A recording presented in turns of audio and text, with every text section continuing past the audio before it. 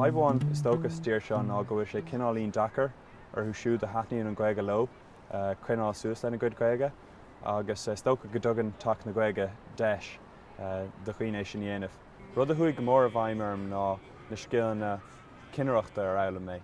Bhí aring imeachtaí a chur bon, a bhí nuálaíoch, ná raibh déanta hana féin. Is tógtha gur cuidigh sé sin go mór liom, mar gur scileanna in aistre idir fad agus méid dul i mbun reachtareachta ar an Gcomann Fraince mbliana. Tá módúil acadúil agan go speisialta do bhaintear an tí ina nnéantar forbairt ar na scileanna a bhhaineann le eagrú imeachtaí agus scileanna eile ar bhaithe le scileanna craoltóireachta ónas go mbeadh ar a gcumas amach an seo a bheith ag cur le saoil na Gaeilge le smuid an choláiste.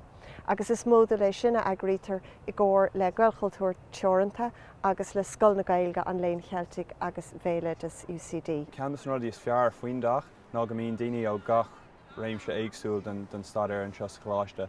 Mar shampla déanam féin staidéir 8 agus airgeadais, agus na cóide is fearr am líon scata bhí siad ag déanamh staidéir ar gnó idirnáisiúnta, fisiotherape, radiografíocht, agus chun níornará is fear bheagán daoine a bhíonn ag déanamh staidéir ar Gaeilge agus ar Gaeilge amháin. Chomáile sin agraíonn muid cuasaí tréineála dóibh, cuasaí imthreoirithe de a seachtaine, agus go leor cruinnithe agus obair grúpa ónas go mbeadh an grúpa ag obair le chéile mar oireann.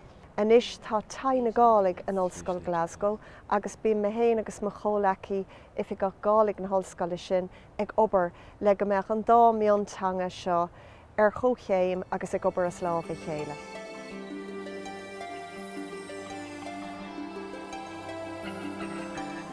Háisí sinne a gopa le UCD a bheis an na 2009 chai pic an ramsachaí a dhéanamh is lé olthaí go lasachu a céir na próiseachtain ag UCD agus amachchas a ramsachuig sin stéach sinne taine Gaeilge an an glasachu i chiad scime ga léhéit an an alapa agus fan nuair sin ha sinne an dúhas úmschaig ba UCD agus ar tóir taichgain sonna próiseacht acinne an an alapa.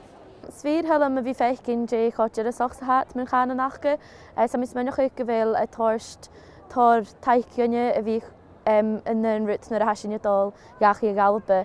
Ha cóirte grim a bhí fiachin a chana nachge san bic an a hócal, as an jifer as in jonna nach eichcinne a dí seachge.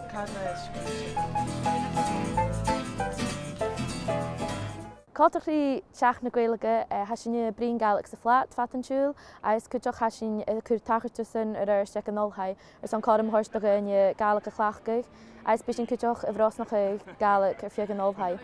Bhó bhí anna conaltruach le teach na Gaeilge an na nédainn, hasin iad beachgan na thuirsbúipe na haachga martha, agus a chud sin isteach na beachgan acinne an alpa. Sé seo chiaadtar is agamsa an bailla clia agus chiaadtar is agamsa an éidirn in fat, agus ha mi a bhí ar son a róla dhéidir ar san imog bliana an hanach mi ar a chalapa fiús, agus ha díad chomá a bhí ann ar san chiaadtar agus a feichcin in nuad a dithúine ag go bhfuil Gaeilge agus a bríon Gaeilge go láil.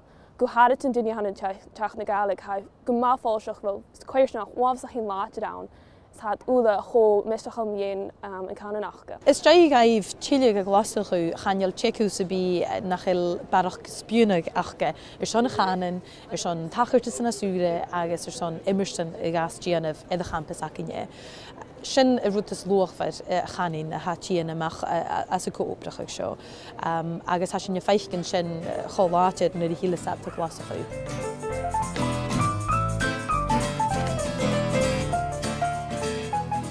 Tócan rud smúth tá tóca gom as teach na Gaeilge ná an cóirdas agus na cheangalacha sin. Mu go pásan tá tá an chuid cóirde den agam. Big dul ará fiúin an sscoil bain na cóirde sin na gcóí agam agus is í an Gaeilge an príomhtanga bhaid all airt agan.